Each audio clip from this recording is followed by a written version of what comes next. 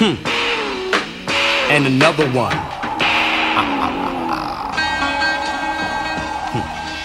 Buck flow with the speed of a bobsled. Bust led to the head, plus I stay red. Every time I think about the dead, I think about what Machiavelli said. Fight for the ones who bled. And this MC shit, we agree shit got out of hand, but they ain't stopped the plan. Ineffective, no respect for this, but my perspective is those who walk the path of the straight and narrow, we can rule the land like Pharaoh. Plus enjoy the bone to the marrow, delicious. Eat a MC for breakfast to break fast. Shatter niggas' dreams like glass of ass. How many niggas wanna get with this shit? Mix the booze and sit with this. It's what it sounds like. This is what it sounds like when you're caught in a whirlwind. This is what it sounds like when you're caught in a whirlwind. This is what it sounds like when you're caught in a whirlwind.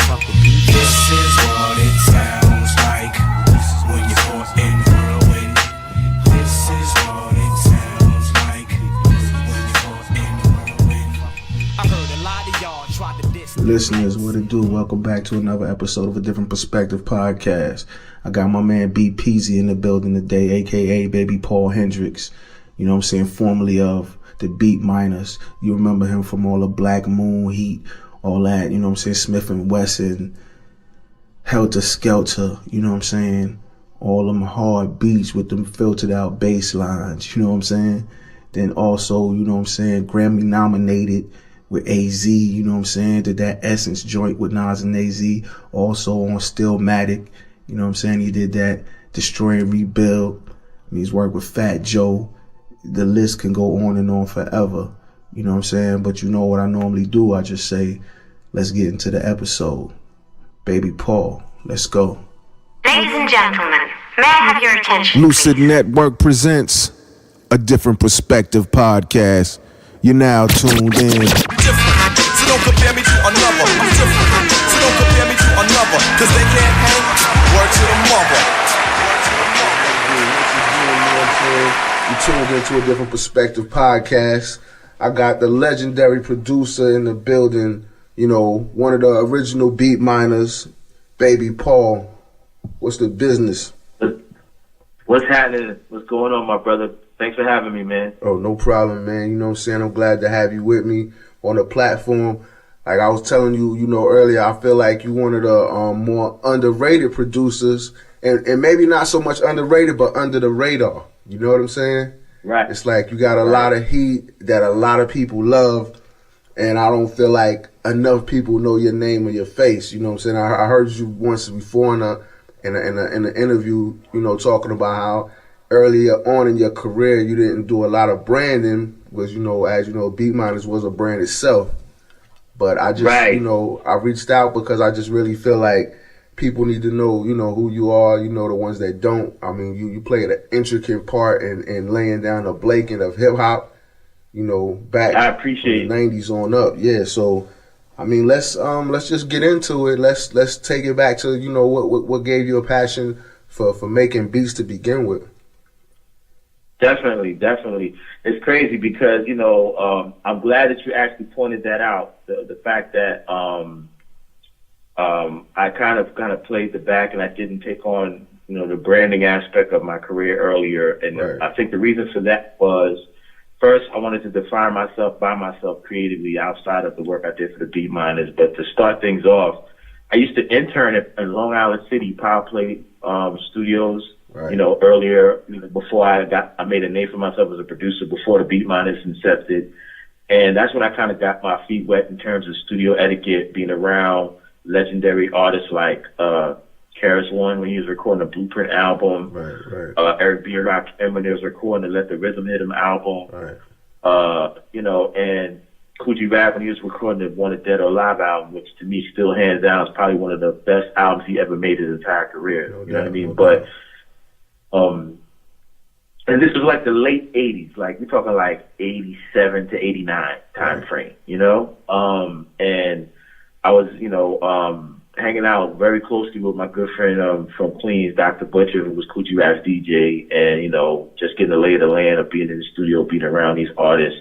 learning the ropes, interning in the studio, and I was working part-time at a hospital in New York and investing in my equipment and my vinyl collection, digging heavily, being a fan of hip-hop. Right. And around that time, I also, was spending time in Jamaica, Queens, where I was residing at the time, and hanging out with Mr. Walt, who was running the Music Factory, which is a record store in Jamaica, Queens. It was an infamous record store where I used to get all my vinyl.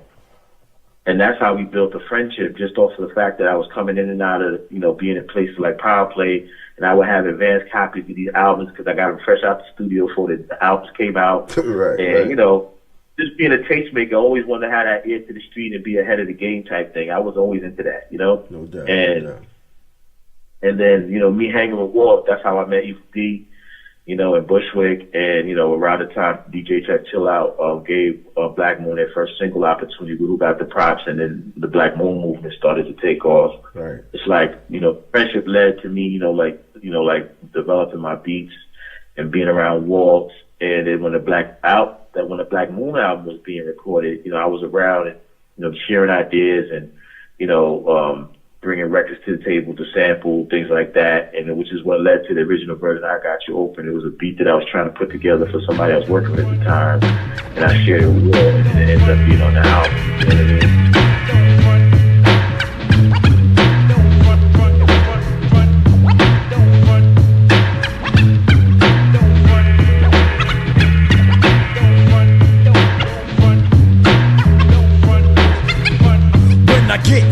I must represent, no question. Get up a dime spotter, then the morph to the dread section. Roots hit me off lovely. Coming out the spot, I had to duck because a nigga tried to bump me. I'm eating off the block like what up, hot bucks. Pulling out on cops cause I want free clocks. What the fuck? Bring your bitch ass tight brigade. Hitting them all hand guns and hand grenades. I resemble the man that's wanted for murder. Got your block locked down, so don't come any further. And my clip is a 22 dumb. Oh yeah, I seen your mom's a hit off with a jump. You know what I'm saying? Yeah, so, shout out to Blackmoon, shout out to Duck Down Records, shout out to the Beatminerz, of course. That's my alma mater, that's my college, that's where I started, and just off the inception of that first Blackmoon album and the success of that, it led to Smiff-N-Wessun, who was featured on that Blackmoon album, to start working on music. So that's when I started demoing beats at Walt's crib, which led to, like, a couple of the songs that, ended up on the Smiff-N-Wessun album. Like, I demoed the recognized beat at Walt's crib before it became a song we put together in the studio to be on that album. Represent my son, show him how it's done. Yeah. What up? I heard that you got a little prob with the way that we roll in the heads we done rob. Sticking and flicking the bangers, throwing them out to your neck. Another beat down inflicted by that nigga tech. And for your backstabbers, yeah, I got the sharp dagger. And the left hook that'll cause your jawbone to shatter. Who's skilled enough to come test the weed or two? Titans from Bucktown that the burn through your crew. I got the vibe from the session in the back when niggas are strapped underground, puffin' meth and kicking raps. Smiff-N-Wessun coming with enough buds of skunk. Fake the funk and get found dead in the trunk. All heads realize, recognize, real heads on the rise. Recognize, you better recognize. All heads realize, recognize. And then once they got the green light from Nervous Records to work on the album, and the Beatminerz as a collector started making records for the album, that's when, I produced other songs like Home Sweet Home, with the reggae tinge hook, and, Home Sweet Home, which is the sample of Larry A.S. We live in Brooklyn. I want to correct myself. It's straight up. For all the cannabis sativa smokers out there in Bucktown, we doing it like this. Check it out. This is the story of a place that we call home, where the kids pack heat when it's time to roam. Everybody's on the scramble, life's a gamble. Hopping on the white horse, trying to get a handle on the fast pace that we call the last race. Step with precaution when you enter this place. We got a spot on every block to make your dreams come true. Just come correct with the snaps is all you do. Don't come crying broke, still trying to cop the dope. What parts of no, do not you understand, bro? We can't afford to take shorts or be playing sports. Empires need to be built, Mac 10's port, or even caught from them deceased ass hustlers. And we still got the pound for y'all living motherfuckers. And then Wipe Your Mouth. Wipe Your Mouth is the other song that has the reggae tinge hook in it. You know what I mean? So getting high. If you feel black as shit right about now, let me hear you say black on. Yeah. They go for shot to get no dick right now. Smoke showing right about now.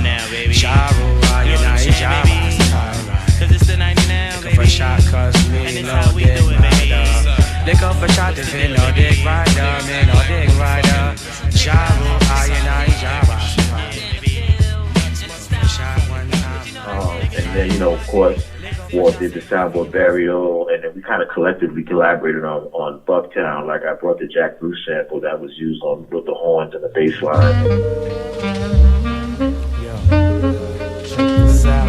Once again, Smith-N-Wessun in the joint one time. Pulling the close to this. And Evil D put the drums to it, and, you know, Bucktown was made, and then the rest is history, you know? Bucktown is just possibly one of the greatest records of all time, my nigga. Walk around town with the pound strapped down to my side. No frontin' just in case I gotta smoke some. Round here, heads don't act the age. You might be another dead boy on page. Into the cipher with your lighter. L's are ready, prepare for another all-nighter. But keep a watch for the cops, cause they rock Glocks.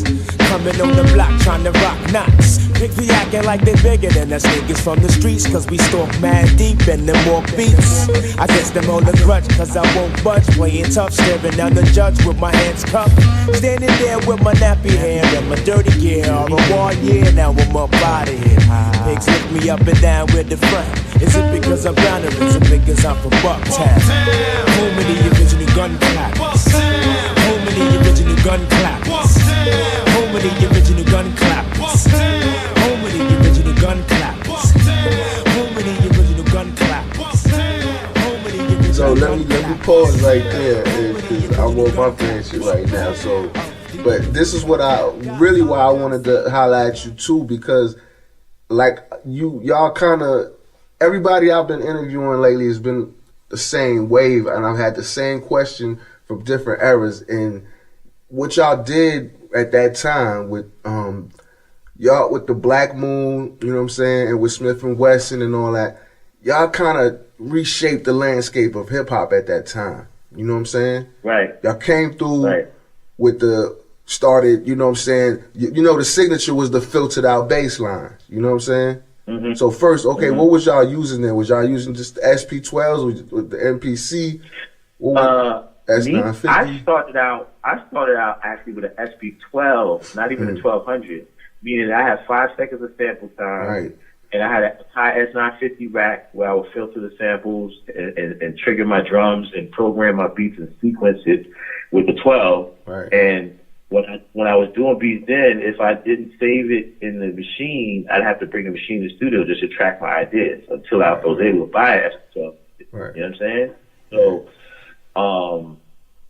initially, like, that was the gear at the time, you know, SP1200 or SP12, and then a Kai rack before people started using the MPC machine. Right. You know what I mean? That was the equipment of choice for me. So what was y'all filtering besides? Because I know it wasn't just in the boards. I mean, what sampler was y'all filtering?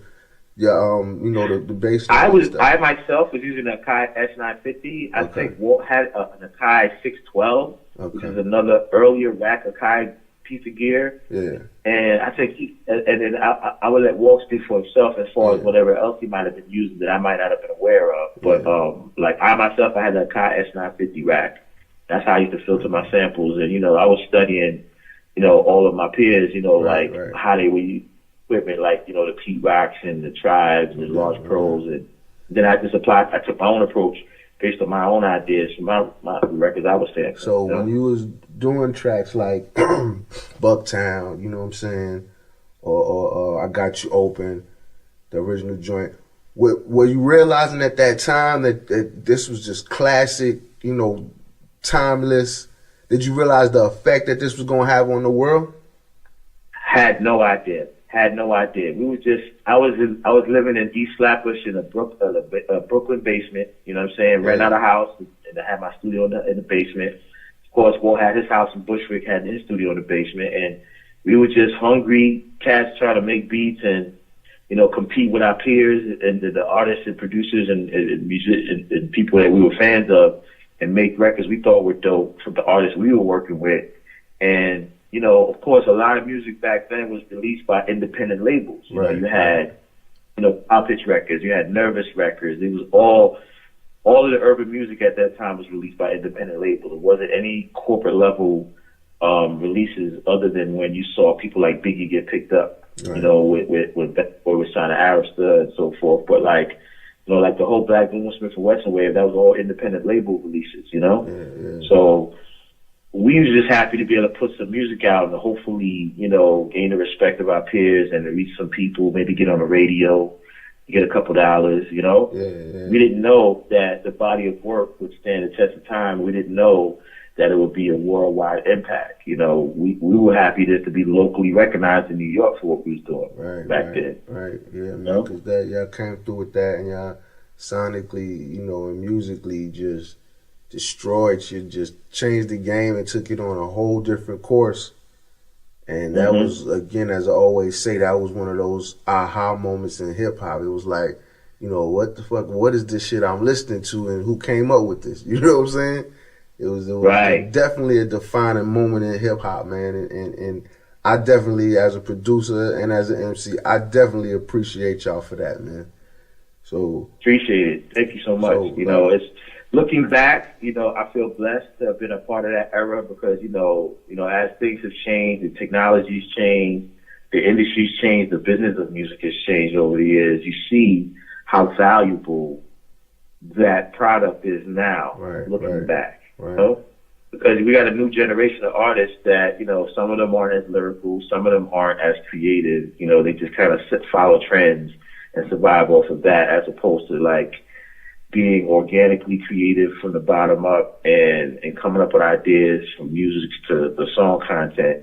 You know, not just off the inspiration of the artist you're listening to, but your own inspiration off of just knowing music. What I loved about the 90s era that I could speak on is that you had a level of music education by the time you started making music. Right. And what I mean by that, all of the collecting of records and vinyl digging and researching other artists from different music genres, you know, the records that, and the producers and the labels that put it out, you had an education just from that. By the time you were making beats, you knew, you know, Blue Note Records and Decca Records and Atco Records and all the labels that was putting out music from the 60s to the 70s, you know what I mean? And in different genres, you know? Right. Jazz, blues, soul, funk, rock, you know? And that knowledge, you know, incorporated into your creations is what allowed us to be working musicians with a credible understanding of being able to contribute to the market and respect the music, you know? Yeah, no doubt. So I think that's a lost art in itself. Is just that level of education by the time you become a working musician. And it was kind of by default because we loved it so much that, you know, like you said, once you dig in, you find a name, you find somebody that got something good, you start looking for more stuff by that person. You know, it was a default education, and you're right. By the time you got out, you know, and I think that that art is not appreciated and it's not relevant to this newer generation. Everything is microwave to them. They don't care if they did catch something in your loop or something. They don't care. It's just like, oh, it's tight for now. You know what I'm saying? There's no research. Right, and that adds to the hustle mentality. And then because everything's so software driven, that's the disconnect in terms of the art, because you got all of these sounds and these libraries and these softwares and these kits that's just like hand giving you the game, you know? Instead of, you know, learning the music before you apply your creative aspect. You know what I'm saying? Right. Absolutely right. So as we segue back into, okay, after the Duck Down era, like take us from there after Beatminerz or... Yeah, definitely. I would say I was part of Beatminerz for at least a good 5.5, almost 6 years. And, you know, after we did the Brace for Impact album back around 2000 with Raucous Records, you know, I just felt like, you know, we were at a pinnacle in terms of our creative aspirations. Like, I was trying to, like, really compete and, you know, explore new ways to create, not just from sampling, but, you know, like getting to play instruments and do a lot of organic creative music that I felt sounded good, you know, without necessarily always relying on samples, but still keep that foundation there, you know. And once we did that album and, you know, Raucous did what they did, it was just time for me to try to venture off and kind of do my own thing and see where I could take it, you know. And So that was like the last album we all worked on together. I did a little bit of work with Uptown Records around that time, like separately. Mm-hmm. I think I worked on one of the boot camp albums for the people. I think I did, and then The Chosen Few. I think it was called. I forgot the name of the album. But they had the basketball jerseys. Yeah, I know which one you're talking about. Yeah. So I worked on those two albums. Those are the last two boot camp albums I contributed music production on. Okay. And the reason for that is, you know, I felt like I did a lot of work for Uptown Records, and I don't think I felt as appreciated for what I offered and what I contributed to lead to their success. You know what I mean? As a label, you know. I mean, they paid me. It's not like they didn't pay me for the work I did, but I just feel like I was one of the few when they were making the transition from Nervous Records to becoming a label and a management that was behind the scenes helping to develop the music to get them in a position they were in with Priority Records and so forth. So I felt, you know, there should have been more. Yeah, I felt like overall I could have done more for the company and done more as a producer, like, you know, like a full body of work as opposed to a song here, a song there. So I just said, I'm gonna move forward. And then, you know, around that time, I got the opportunity to work with NAS on Stillmatic. You know, I got to work with Fat Joe. Thank you. I got to work with Fat Joe on Don Cartagena right before Pun passed away. Rest in peace, Big Pun. I think that was Fat Joe's first gold record. Honestly, you can't fuck with me. My life, my money, my world. My girls, TSC electrify the sky like the third round. Want us to fail cause you wanna pick. But as long as every song is ripped, you can't tell me shit. We've been doing this since Prince was the bomb. Before we changed his name and started making rap songs. Before the trigger talk and the heat would talk.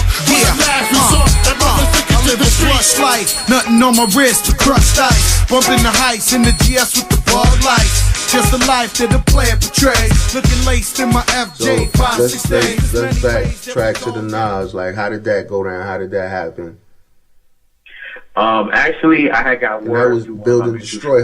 How many other tracks have you done for now? Just Build and Destroy, or? I did that, and I did a song called Essence with him and AZ. That was on AZ's album. On AZ's album, okay. But yeah, so how did that go down with Build and Destroy? I mean, I'm sorry, Build and Rebuild. I'm sorry, Destroy and Rebuild. Destroy and Rebuild, yeah. Destroy and Rebuild, yeah. I actually had the track, and one of my best friends of many years, who was also a producer affiliated with Bad Boy, his name is Prestige. I hollered at Prestige a few weeks ago. Shout out to him. Yeah, definitely. So we both was like chopping it up and was like, yo, let's send some beats to Sony.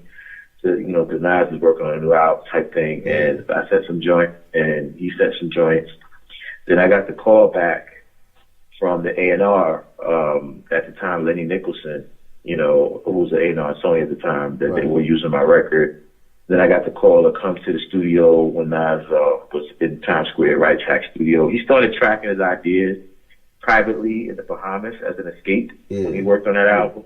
He didn't do the whole album in the Bahamas, but he did some of the ideas, like laying verses and tracking some of those ideas. Then he came back and finished all the work in New York. So when I got the call, I met up with Nas in Times Square, and I finished the record, and I just really put my heart and soul into mixing it, you know what I mean? Queensbridge, we gotta have unity, they say. The bridge is over, the bridge is over.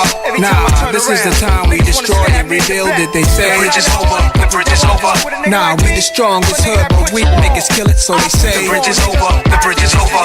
Nah, this is the time we destroy and rebuild it, they say. The bridge is over, the bridge is over. Now we the strongest hood, but it's these cowards that kill it, so now since we on the subject of traitors and when that came out, it was like, everything lit up. Like every producer within the hip hop culture, anybody who was anybody at that time that was familiar with me or familiar with the work on the album, when they saw me in the street, it was like, yo, that was joint you did was dope, yo. You know what I'm saying? And it's kind of like you was off the radar for a minute, you know.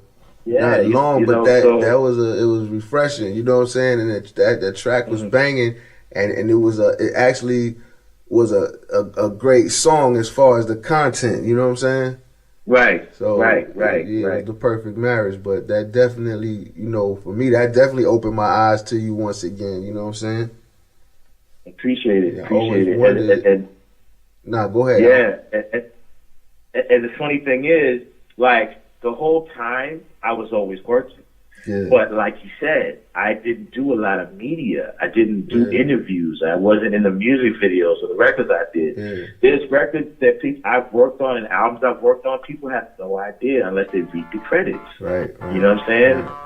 I worked with the late Fatal Hussein on his album before he got the plague in this motherfucker. In the line of fire. The Pentagon in this motherfucker. Around these blocks, you know these hot blocks, cocky drop. All you wanna be cops, you don't wanna see shots. I beef deep with the police, peep what the East do to me. Acting all new to me, I creep on you like puberty. You don't wanna see the bad image of the scrimmage from here to each scrimmage through every state with a sentence frozen waiting to Cooper. 10th place in Superior on duty or the cruise right by the state troopers. When I'm drinking with Sal, I start thinking about Al. Bacardi covering my body at the rink when I wow. I bag a hottie in two.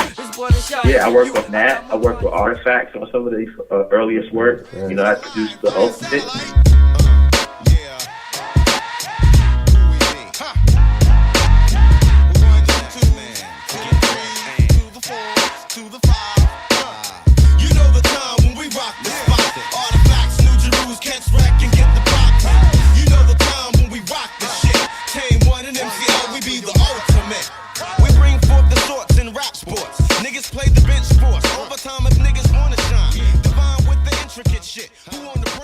So I was always working. I never stopped working. Yeah.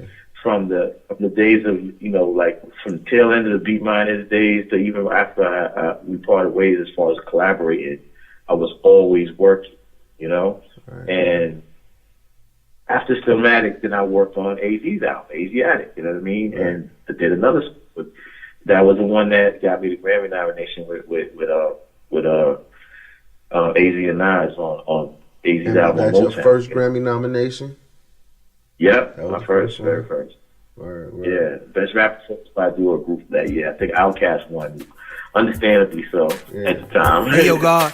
Yo, meet me at the Denise Williams concert tonight, man. Everybody there, Stacey Lattisaw, Tina Marie, everybody, man. Yeah, no doubt. Bring one of my baddest stallions out, man. You do the same, alright? You know how we play, baby. Listen, I'm in the car wash right now, but I'm hit you soon as I'm right over there. Right in the front, right? Yeah. Okay, alright, got you. Son, who laced you with the ill haircut? Lenny, he blessed me with the sharp blade. That nigga's paid. He make a pretty penny. Yo, you heard him with them new Pradas. Check mines, they royal blue. My shit's is baby blue. They powder blue. Yo, shit's is hotter. You hiding with them frames on. Nigga, you James Bond, and you stay low. You know my style, babe, bro. Yeah, make dope, manicure, facial, face glow. Fuck it if you say so, I keep it P.I. That's how we break hoes. We throwing ivory dice across the concrete. And of course, that don't make him your man because y'all palms. We had boxes bumping lottie-dottie. Shotties was blasting, pellets jumping into everybody. They never got me. Was cool with all the park shooters. Sparking bazookas, sharpen your tutors. Cause we don't part in the snoozers. Yo, son, I wouldn't change my life for nothing. And that ain't like you for frontin'. Who's the nicest? Enough talking, lights Yo, on. hard hit, just like Camacho and Vargas. Who's the target? Now watch how we close the market. We both hard hit, just like Hagler and Hurst. Well, that was validation for me. That was validation. It was just like, okay, for those who was like, yo, well, I don't know where he gonna be at as a working producer if he's no longer affiliated with the Beatminerz. But that just solidified me to say, look, I'm still here and I'm good at what I do. I can show him. I basically showed and proved, my validity, from those records. No doubt. So what about what are some of the most notable moments for you, or some of the most memorable moments in your career up to this point, besides the Grammy nomination?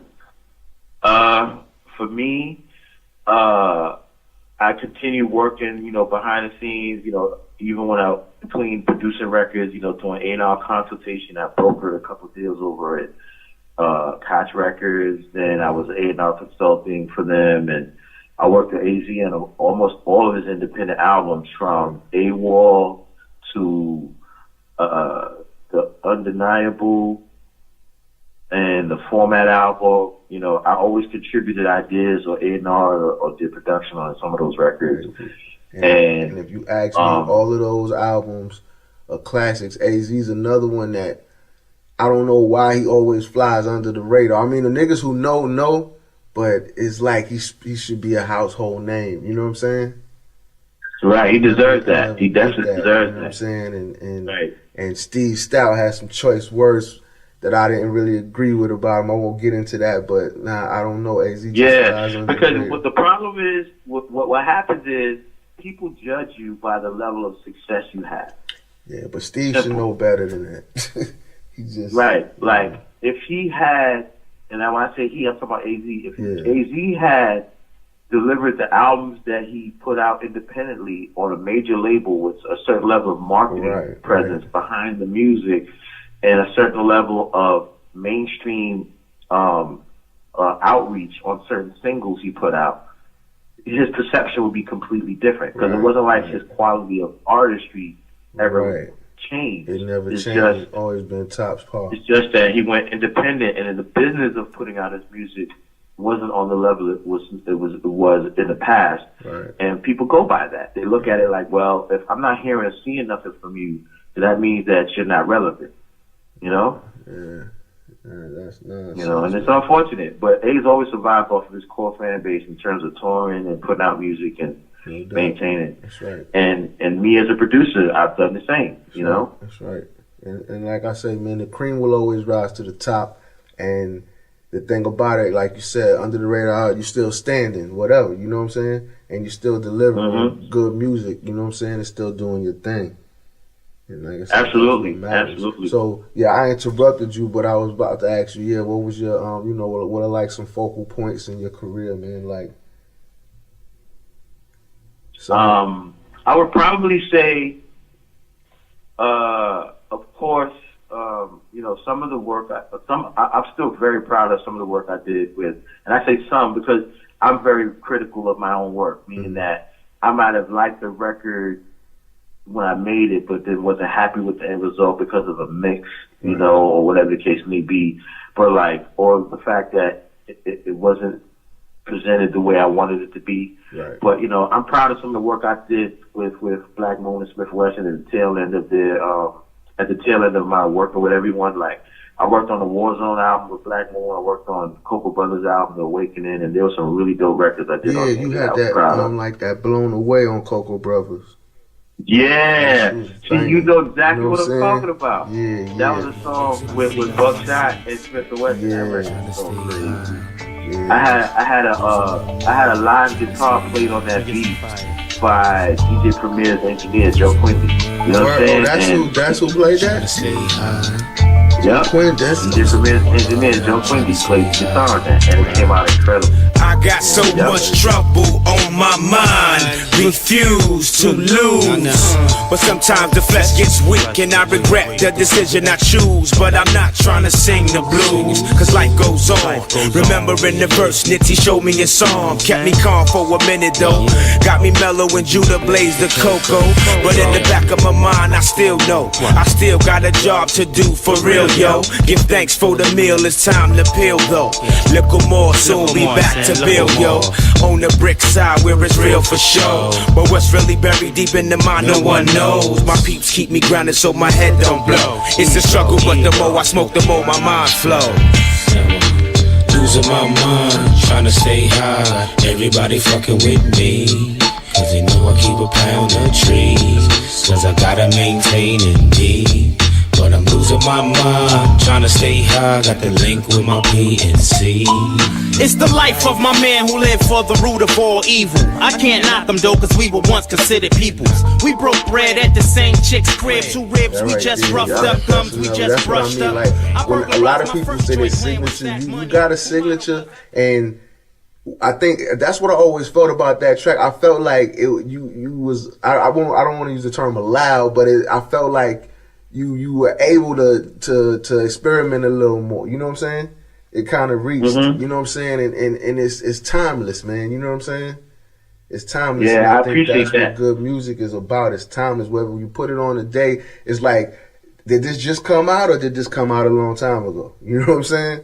Right. It's still right. Yeah. And it's interesting because records like that, like you said, like I listen to it like a fan. Like I listened to it forgetting I made it. Not literally forgetting, but looking outside of myself at that time and just listen to it like, oh man, this is dope. You know what I'm saying?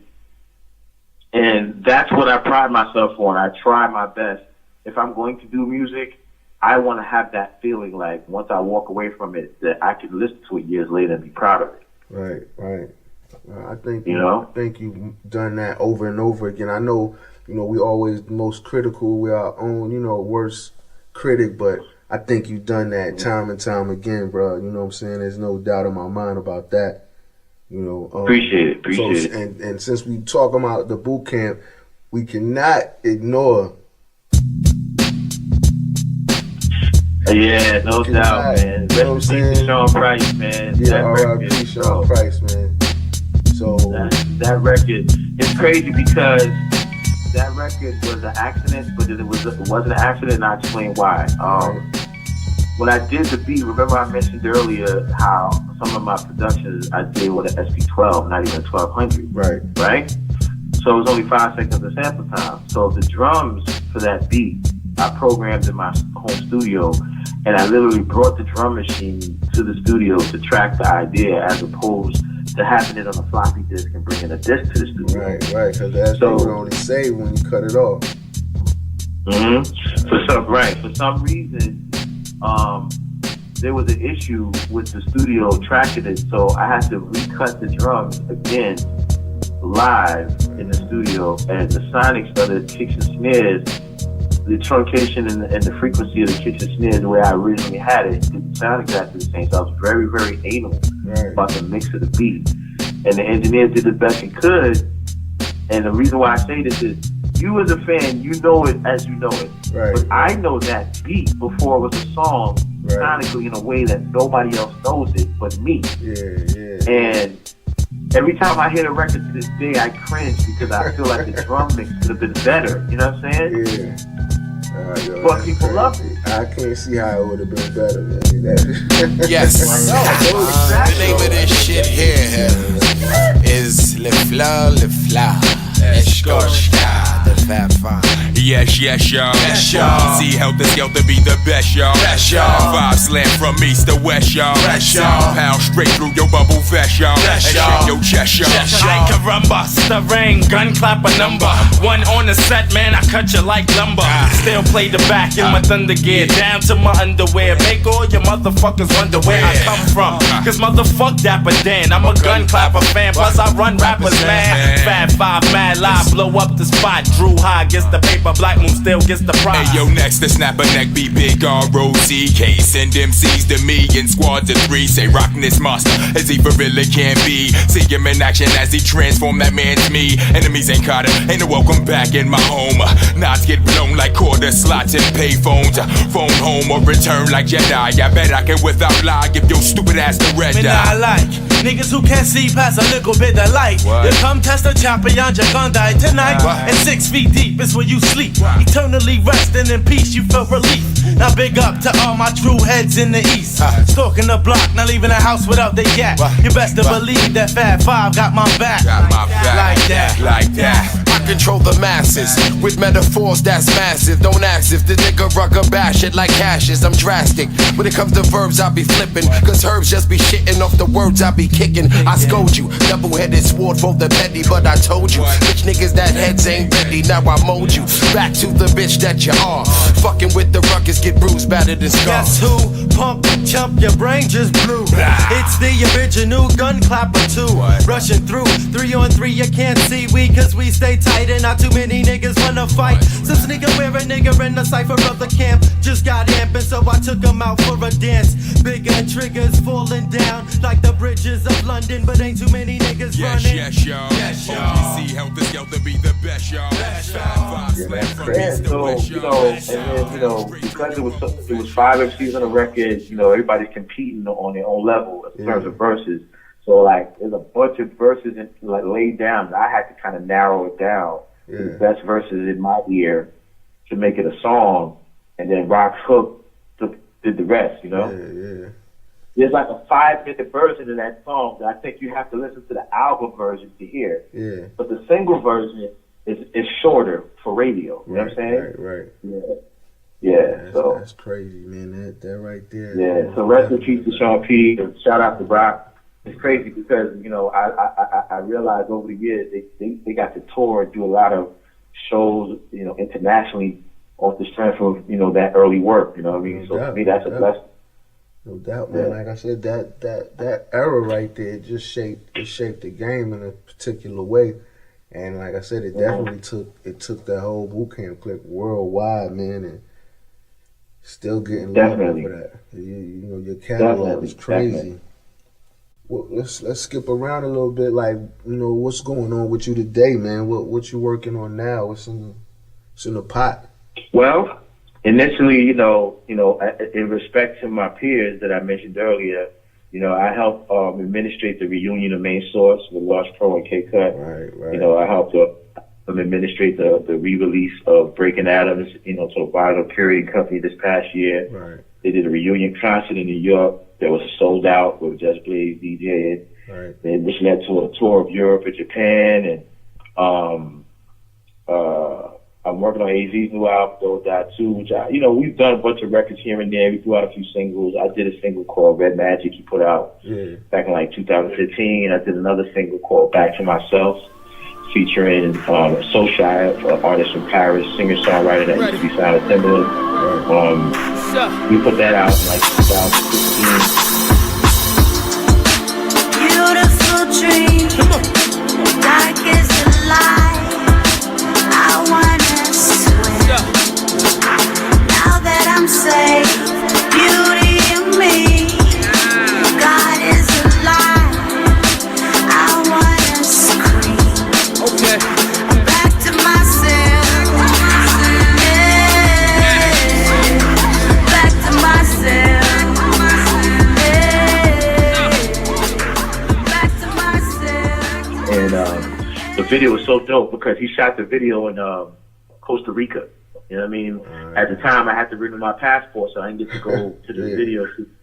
Once again, a missed opportunity to stun on niggas real quick. But shout out to AZ and DJ Doo-Wop. They stay on the road. Yeah, definitely. So, but that's the homie. So I'll be working on something for his album. And then I'm working with a couple of new artists. I got this artist named Keffa, so Keffa, out of Toronto. I've been working with, and I'm going to be putting some stuff out on next year. And this artist named Drift from East Orange, New Jersey, who's like a well-known up-and-coming battle rapper that kind of flips into song making. Right. And he was referenced in the first season of Power, because he was doing a little dabbling as an actor. Like he was casted videos with DJ Khaled, Yo Gotti. Right. And then, we put out 2 singles. One of them is called Kiana. I put out on my independent label through E1. Okay. And then I put out another record called Play With Me in the Bag that's in digital stores right now if you want to check them out. For anything, I'll make sure you have copies of that if you want to play them on your show. Yeah. And, definitely give me that. Because I'm familiar with Drift, and this is what I wanted to say. I heard a few joints on him, and that's what I like about him is he's able to make that transition from battle rapper to records. You know what I'm saying? A lot of battle rappers can't do that. You know what I'm saying? That's true. So that's true. That's a good look because a lot of them can't do it, and I think was gonna have some great success with this project. Right, definitely.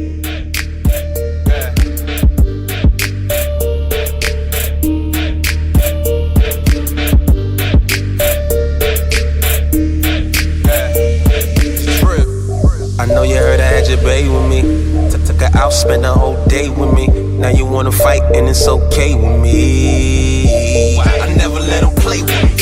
Never let him play with me. Never let a nigga play with me. Never let him play with me. Never let him play with me. Never let a nigga play with me. Never let them bums if you want to. Get dumb if you want to. You know where I'm from. Better run when I come through. After I done bumped you for sure, we gon' jump you. You gon' die now, my thugs, they will slump you. All my enemies who be thinking crazy. I promise hella freeze for you niggas play me. Bitch, I'm so hot, can't stop and I won't stop. Busting your top, cut and a throat chop. Yeah, man. So, the new year, we put out some more music for my independent label. Of course, AZ's new album. I was also collaborating with one of my OG homies that I know since high school, who's out in the Midwest. His name is Dre Banks. You know, we did a couple of projects together, like independent releases, and he has a street album out right now called Coke Is It, hosted by my DJ affiliate, DJ Mr. Effects, out of Queens, the Cutmaster C's cousin. He's part of a DJ brand that, you know, I call Untouchables DJs. Right. And, you know, so he got a mixtape series that's heavy on the internet. He's hosted all of the AZ mixtapes, Last of a Dying Breed, that you find online. Right. You know what I'm saying? He's, you know, he's dropping a new tape, as a matter of fact, tonight, called Best of the Best Freestyle. So it's a curated freestyle with like Nas, Jay, Mace, Ken, Ron, you know, like stuff you forgot about freestyle. You know what I mean? Right, yeah. So that's up on that 5th tonight.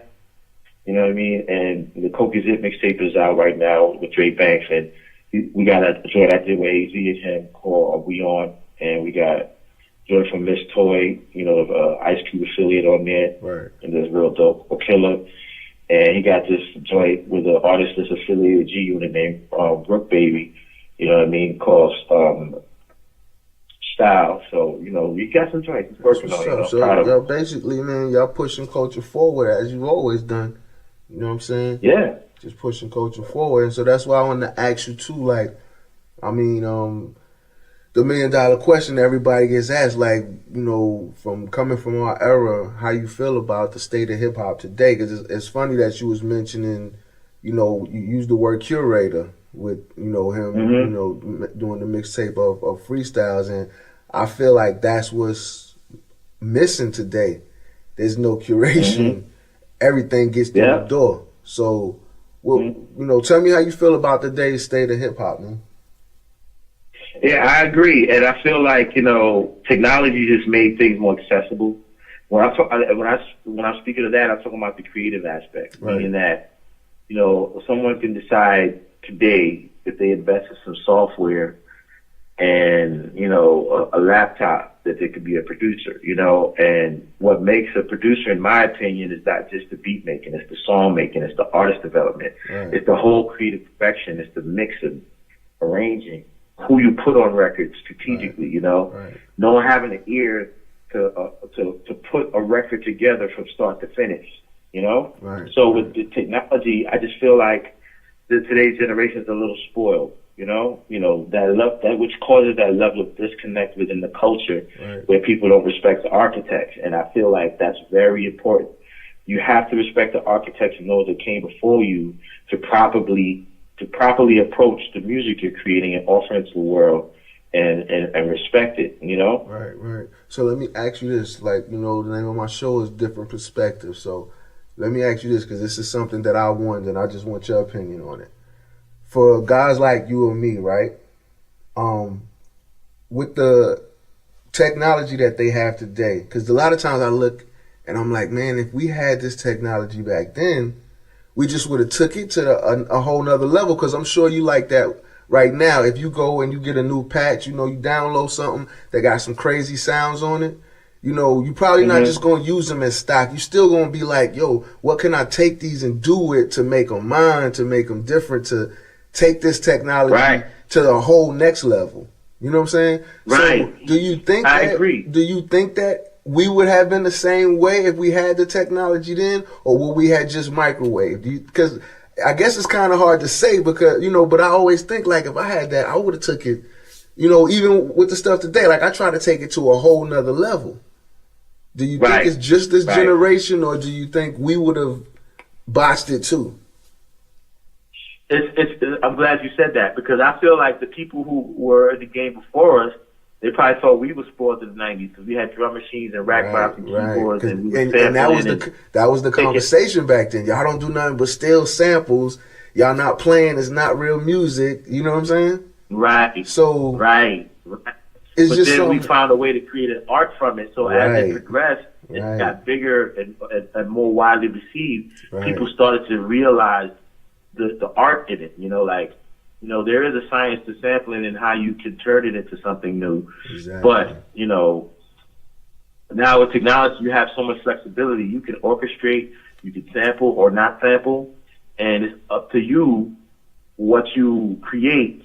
But for me, I feel like if people are educated about music and about the culture and the history of music within the culture, their approach would be different with the use of today's technology. Exactly. And I think the ones who do understand that are the best producers in the game right now. Exactly. Because they still are doing because they already understand as soon as they get behind their drum machine or their keyboard or their software or their computer, how they're going to approach to make the music, you know what I mean? Because they're respecting the architects, you know? Right. They understand the history.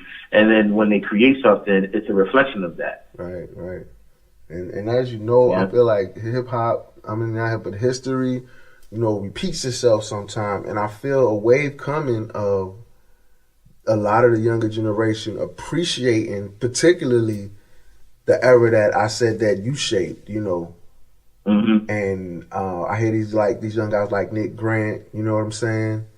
And a lot of these other guys. And I feel like they're going to start trying to pull from that era. You know, a lot of them are doing it already. You know what I'm saying?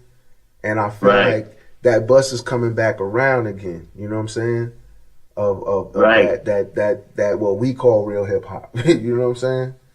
I feel like that's coming back around because, like I said, or like you said too, some of the young ones that do understand, they're digging back and they're like, "Yo, this is dope right here." You know what I'm saying? I'm feeling this because to them it's an aha moment because like, yo, I never heard nothing like this before. You know, they didn't even know that this existed. You see what I'm saying? The same way we did when we was digging. You know what I'm saying? So I think that era, you know, I mean, it'll never be the same era, but I think some of those elements are going to start peeking their head back through again. You know what I'm saying? Agreed. Yeah, Agreed. I think that's going to happen. And I'm excited because, for me personally, my main goal in terms of the music business is exploring new talent, you know, and being like you said, a curator, a tastemaker. Like I want to use my opinion of what I think is dope and let that be a reflection of what is contributed to the climate of the music industry. That's kind of my goal right now. Right. And I feel like that's much needed, you know, especially in this day and time, man. It's much needed. We need some guarders of the gates, per se, you know what I'm saying? So everything just doesn't get through. Because, I mean, like I said earlier, the cream will always rise to the top, you know, eventually. But we definitely need some sifters. You know what I'm saying? Yeah, absolutely. Absolutely. So, man, I appreciate your time, man. You know what I'm saying? No problem. Thank you for having me, my brother. Like I said, you're a legend, a living legend, man. Appreciate Keep doing what it is that you do, man. Keep bringing that heat. You know, give us some more aha moments in hip-hop, some more memorable moments, man. You know what I'm going to do my best, man. And thank you for allowing me to have a different perspective on your show. No doubt, man. All right, peace. I had to do a shameless plug for you. All right. Peace, all right, bro. Blessings. One. All right, peace. Yo, listeners, I hope y'all enjoyed that episode, man. Baby Paul Hendricks, man. A legend in this time. You know what I'm saying? His music will live on forever. You know what I'm saying? I want to thank him for doing that for us, man. And I want to continue to bring y'all this dope content. You know what I'm saying? So I need y'all to reach out, man. Let me know how y'all feel. Hit me up at shotgunbeats@gmail.com. You know what I'm saying? Or either hit me up on Instagram, different_perspective_podcast. You know what I'm saying? Hit me up, man. Let me know how you feeling about these episodes, man. Who you want to see. You know what I'm saying? Rather, who you want to hear on the joint. You know what I'm saying? We got some big things about to pop off for the 2018. But right now, you know what I'm saying, I got another joint by my man, you know what I'm saying, produced by Baby Paul. To my stuck in the 90s niggas, don't get mad. You know what I'm saying? Y'all niggas need an update. Also, man, follow Baby Paul on Instagram, man, at Bpzy. You know what I'm saying? We're going to get into this joint by Drift. Get that bag. Chase the bag, I just chase the bag, I just chase the bag, chase the bag, I just chase the bag, I just chase the bag, chase the bag, I just chase the bag, I just chase the bag, chase the bag, I just chase the bag, I just chase the bag.